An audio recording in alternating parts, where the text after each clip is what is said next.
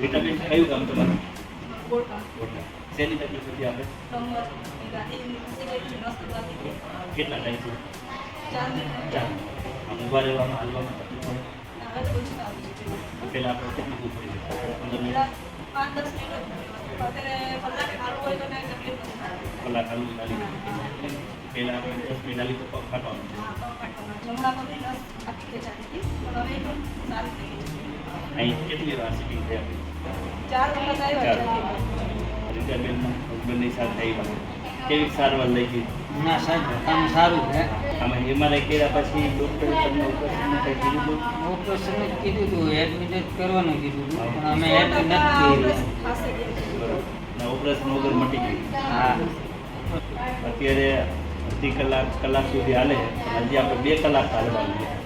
2 કલાક સવારે 2 કલાક 91